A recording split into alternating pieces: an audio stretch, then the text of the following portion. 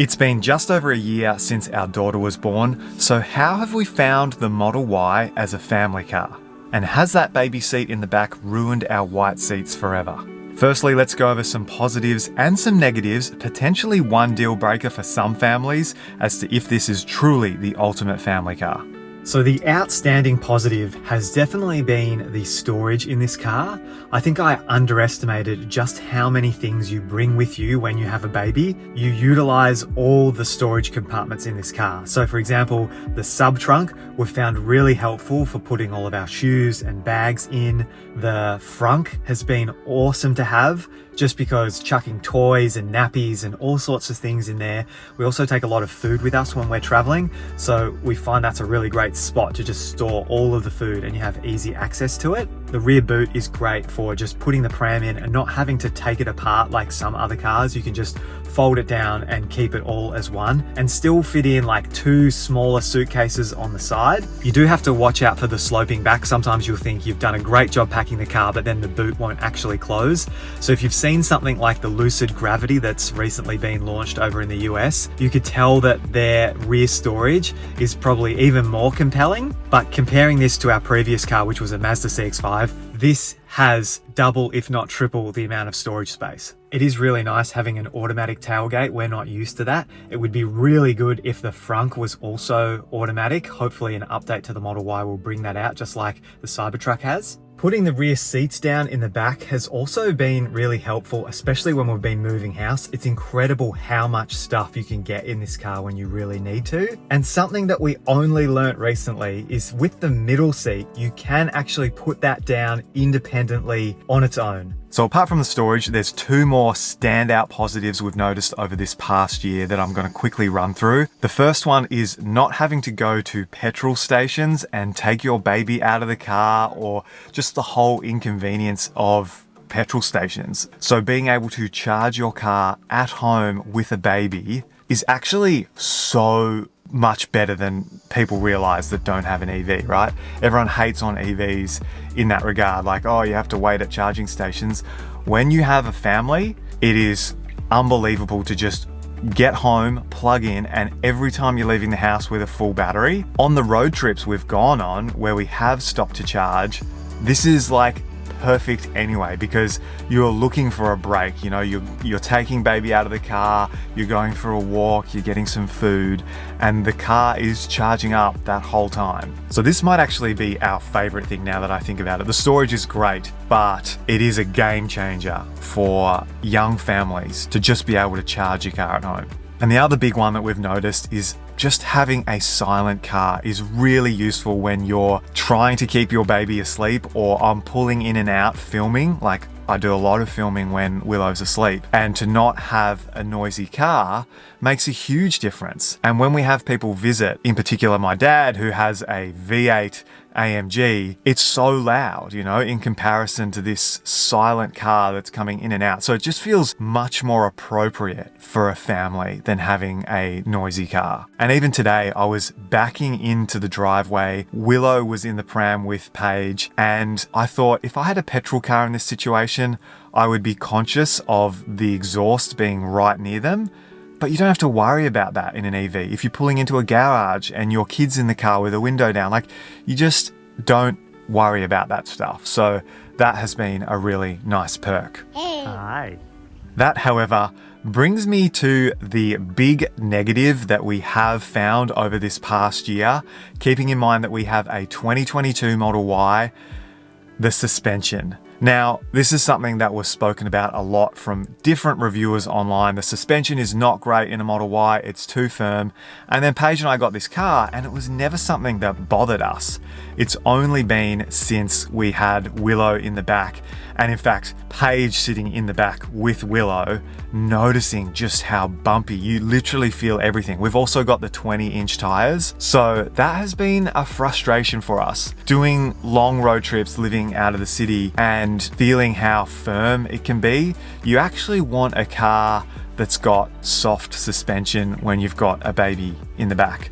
So I understand that since our model, comfort suspension has been introduced to the Model Y, so this would probably make enough difference for it not to really be an issue. But then if you compare it to the new Model 3, for example, that would be awesome to have that level of suspension in this car. Some other small things that we've really enjoyed is obviously how safe this car is. That's a massive thing. I wouldn't want to put my family in another car now having a Tesla. Literally, the Model Y is the safest car on the road right now. You know, that's been proven across many countries in terms of its record safety scores. Having the ability to precondition the car, so preheat or pre-cool before you bring baby in, is really nice.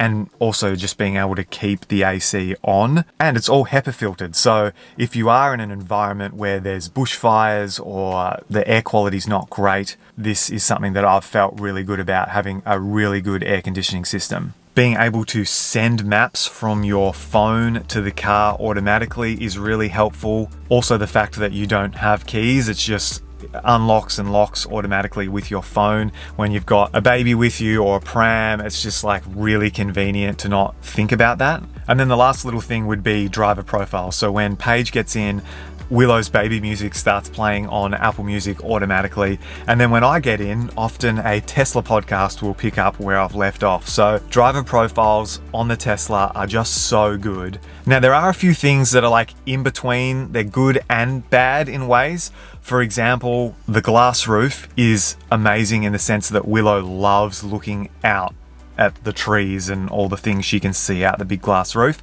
But when it's a really hot day, we are mindful of that. So we're using the sunshade to just reduce the heat a little bit. The air conditioning in the back often turns itself off. It doesn't quite detect that there's someone back there. So we're often going into the settings and checking that. The frameless windows in the doors are great in the sense that putting the window down gives you a lot more room when you've got the door open. But then we've struggled to find any good car shade that works with these windows. There is a setting called Joe mode, which is designed to reduce notifications and sounds within the car, but it's actually not that effective. It doesn't reduce them enough, but it's still good to have it there. We just leave it turned on all the time. Now, a lot of people are probably waiting for me to mention how practical the white seats are with a baby. This has not been an issue. I think the white interior is by far the best option when you're getting a Tesla, so I would recommend it to everyone. They are super easy to clean and wipe down, and nothing seems to be able to stain them. Summon is also a really helpful feature, so being able to reverse or bring forward the car just using the Tesla app, but it doesn't come standard. You have to pay for enhanced autopilot, which is super annoying. I wish it was just a standard option on all Teslas. When it comes to road noise, Tesla have done a great job with the Model Y. It's all really well insulated. The downside to that is that the doors are not only really heavy, but they're really loud. So what would be amazing in an update to the Model Y, although it's unlikely, is a soft close feature. I can't tell you how many times the doors have woken up Willow, but yeah, that's probably for a car that's quite a bit more expensive than this. The Model Y does not have a spare tire, which is fine by me. I'd rather have the extra storage space, but for some people, if you're stuck in the middle of nowhere and you wanted to change over your tire, that could be a downside. But I have heard from several people that have used Tesla's remote tire service where you go through the app and request help. Most of the time, they seem to have a new tire on their car within an hour, even in regional locations. So yeah, that's what I'd be doing. It also has an incredibly large reversing camera. I don't know that there would be a car with a bigger camera view than this. And the level of caution this car has around pedestrians is also incredibly reassuring. In fact, the reason that the Model Y broke so many records with its safety score was because of the camera-based safety tech that is built into all Teslas. Another great thing about the technology in this car is it's got smart gears in the sense of if you put the car into reverse, for example, when no one's in the driver's seat, it will automatically switch back to park. Or if you open the car door and you haven't put it in park yet, the car will automatically go into park. So if you've got a family, you can kind of rest assured knowing that it's going to limit the off chance of accidents happening in that regard. And the last thing is autopilot. You guys know how much I love using autopilot, but on the odd occasion that it'll do a phantom brake, or you'll get one of those really loud audible alerts that can wake the baby up, and it can be really frustrating as a parent. Not a big deal though, because autopilot is still our favorite feature in this car, so you will love that. If you've never had a Tesla before, you'll love autopilot. It is so good, and it's constantly getting better with software updates. All right, so time to take out the car seat for the very first time ever and see what the white seats are like underneath.